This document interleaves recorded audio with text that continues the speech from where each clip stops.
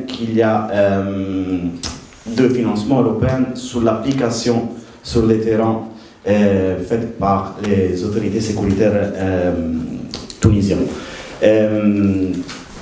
Pourquoi ça? Parce que depuis 2011, depuis la révolution, l'Union européenne a toujours appuyé la Tunisie dans les domaines de la sécurité, surtout sur les sujets de la réforme de la sécurité interne, pour essayer de, soi-disant, démocratiser les forces sécuritaires tunisiennes.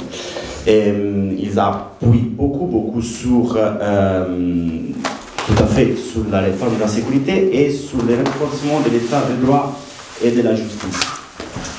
Il a donné beaucoup des millions depuis le 2011 qu'on a essayé d'estimer en plus de 570 millions d'euros pour l'appui au renforcement de l'état de droit, la réforme de la sécurité et la réforme de la justice aussi.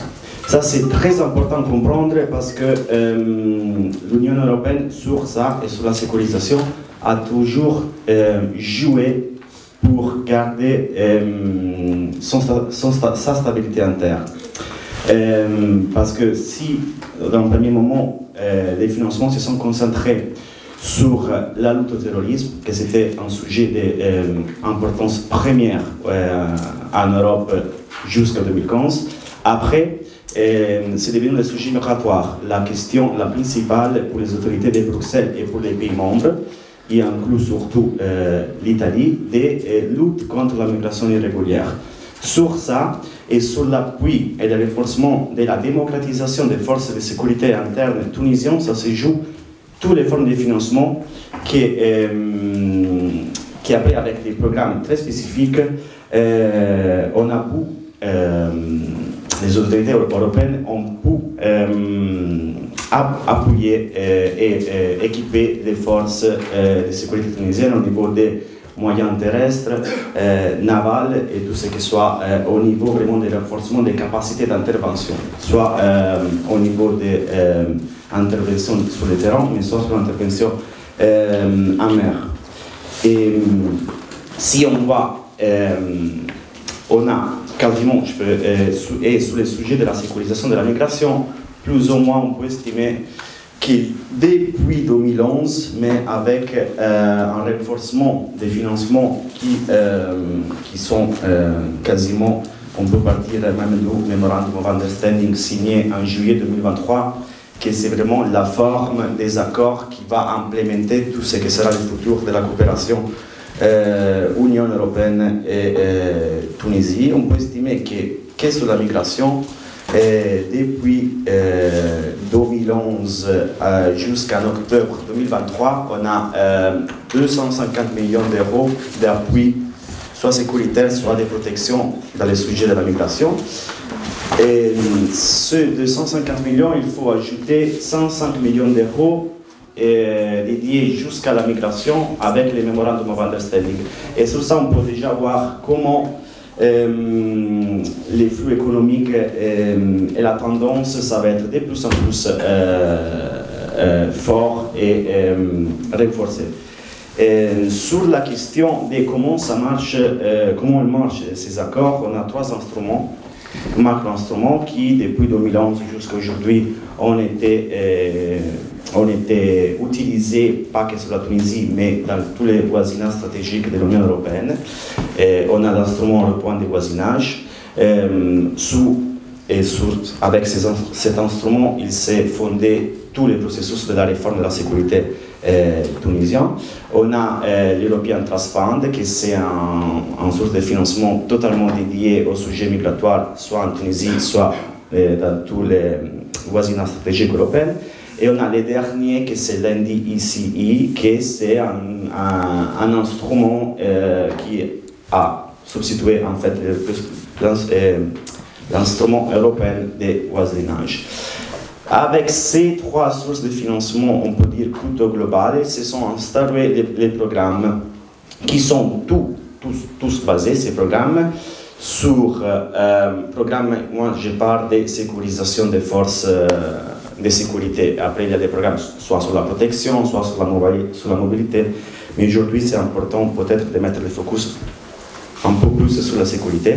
Ce sont des programmes de formation et d'équipement de border management et de sécurité dédiés aux forces, surtout à la garde nationale tunisienne.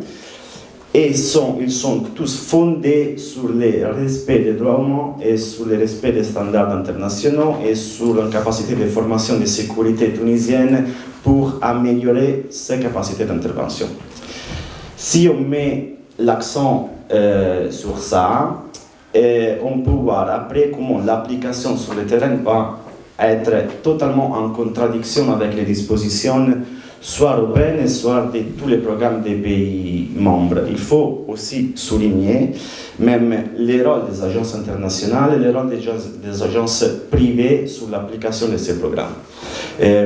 Parce qu'ils sont comme on dit en anglais, des implementing partners qui jouent un rôle fondamental pour la mise en application.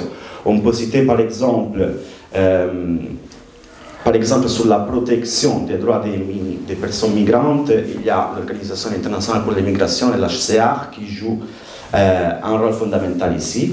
Et ça, c'est plutôt sur la côté protection. Sur la côté sécurité, on peut citer soit une agence de l'ONU comme l'UNOPS, qui c'est l'agence des Nations Unies pour les services et les projets, qui est tout à fait dans les Memorandum of Understanding, par exemple, ils vont toucher 18 millions d'euros pour la fourniture de nouveaux bateaux qui respectent les standards de la zone SAR. La zone SAR qui a été proclamée en avril 2024 et que c'est fondamental à comprendre cette implémentation parce que c'est là vraiment ça se joue l'alliance Union européenne et Tunisie en matière de coopération en mer et des opérations de sauvetage en guillemets. Et ils vont toucher 18 millions d'euros, ils vont fournir aux autorités tunisiennes tous les bateaux et des équipements même terrestres. Et on peut aussi citer par exemple le ministère de l'Intérieur italien, qui joue même un rôle très important dans l'implémentation de ces programmes, qu'ils ont fourni des véhicules ou des moyens plutôt terrestres, on peut dire. Et l'ICMP dit que c'est une organisation basée en Autriche et que je pense qu'ils sont vraiment les principaux. C'est l'organisation qui implémente un peu plus des autres tous les fournitures en matière de sécurisation. Ça, c'est important de mettre en contradiction ce que je disais avant sur l'Union européenne qui finance ces équipements pour renforcer la capacité soit d'intervention, soit sur la formation des agents, et soit sur la démocratisation même des forces de sécurité interne. Ça, c'est vraiment, ça commence comme ça. Et après, il y a tout l'aspect des fournitures et il faut maintenant voir un peu l'application sur le terrain. Parce qu'il y a des enquêtes des journaux internationaux. Moi, je suis journaliste, je ne veux pas défendre la catégorie, mais dans cette dernière période, on a vu comment, même grâce soit au travail des organisations, soit au travail des médias, on a vu et on a réussi à démontrer qu'il y a pas mal ou des violations des droits des personnes migrantes à travers toutes les fournitures européennes et italiennes. On peut le voir, par exemple, depuis juillet 2023, avec comment on peut dire, l'inauguration de ces procès d'expulsion, déportation massive des personnes migrantes vers l'Algérie et la Libye, et des enquêtes ont pu démontrer comment il y a eu une utilisation des véhicules 4x4 dans les transferts de cette personne migrantes vers l'Algérie et la Libye, ou soit dans les opérations d'interception à mer, des opérations sécuritaires qui ouvrent aussi à des interceptions violentes, parce que grâce aussi à l'Armphone organisation, et un rapport de l'Armphone, cette organisation qui travaille pour aider les personnes migrantes en péril à mer, on a vu comment depuis 2021, il y a eu des opérations volontaires, même violentes, et on a démontré comme dans un cas spécifique des naufrages à mer, en avril 2024, ils ont utilisé des moyens navals donnés soit par l'Italie, soit par l'Allemagne. Et ces contextes entrent tout à fait en contradiction avec les dispositifs européens qui vont justifier cette coopération sécuritaire, parce que l'Union européenne en soi, elle n'a pas trop de mécanismes pour voir l'utilisation et pour faire des risk assessment sur ça. Ils l'ont, mais il y a un manque de transparence sur comment l'Union européenne arrive à contrôler tous les dispositifs qu'il met en jeu. Et de l'autre côté, quand même, cet renforcement sécuritaire qui a été mis en place entre dans une phase historique et dans une approche on peut dire, très néocoloniale de la partie de l'Union européenne qui voit en Tunisie un partenaire clé de sa coopération sécuritaire et de ses objectifs. Parce que sur la migration, Bruxelles et l'Italie surtout, ils ont vraiment l'objectif d'arriver à zéro en Italie. Cioè Rome e Bruxelles, vraiment, ils veulent personne. En Italie, à travers la migration régulière, et on ne peut pas parler de migration régulière parce qu'il n'y a pas trop un dispositif de migration régulière. Et la Tunisie, vraiment, c'est vraiment un partenaire clé sur ça parce qu'en 2023, elle était le pays où il y a eu c'était les points majeurs de départ. Et comme ça, il continue à financer à travers des programmes très spécifiques sur les sujets migratoires en Tunisie, mais de l'autre côté, il ne se questionne jamais sur l'autorisation. Et quand on parle surtout des sécurisations sur la migration et sur le renforcement des capacités d'intervention des ministères de l'Intérieur, il ne faut jamais s'oublier que ça ne touche pas juste les personnes migrantes qui sont bloquées à l'Amra, à Sfax ou Jersey, mais c'est un renforcement global. Et quand on parle de renforcement global, on parle de ces personnes derrière nous, dans la capacité de renforcement du ministère de l'Intérieur et toutes les campagnes d'arrestation.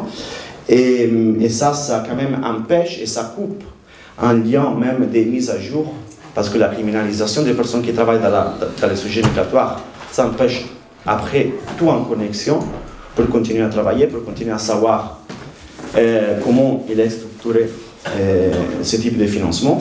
Et ça touche au niveau encore plus global tous les citoyennes et tous les citoyens tunisiens qui sont présents en Tunisie et qui vont faire face quand même à un climat répressif autoritaire qui continue à se renforcer. Et quand on voit ce renforcement du ministère de l'Intérieur, qui après il répond pour soi, mais il y a des questions à faire à l'Union européenne et à tous les pays membres qui sont, comment dire, engagés dans les processus administratifs. Il faut toujours questionner ces acteurs parce que vraiment ils entrent dans une contradiction totale sur le respect des droits humains, sur le respect des standards internationaux, quand après on voit, on touche vraiment comment ils sont utilisés ces instruments.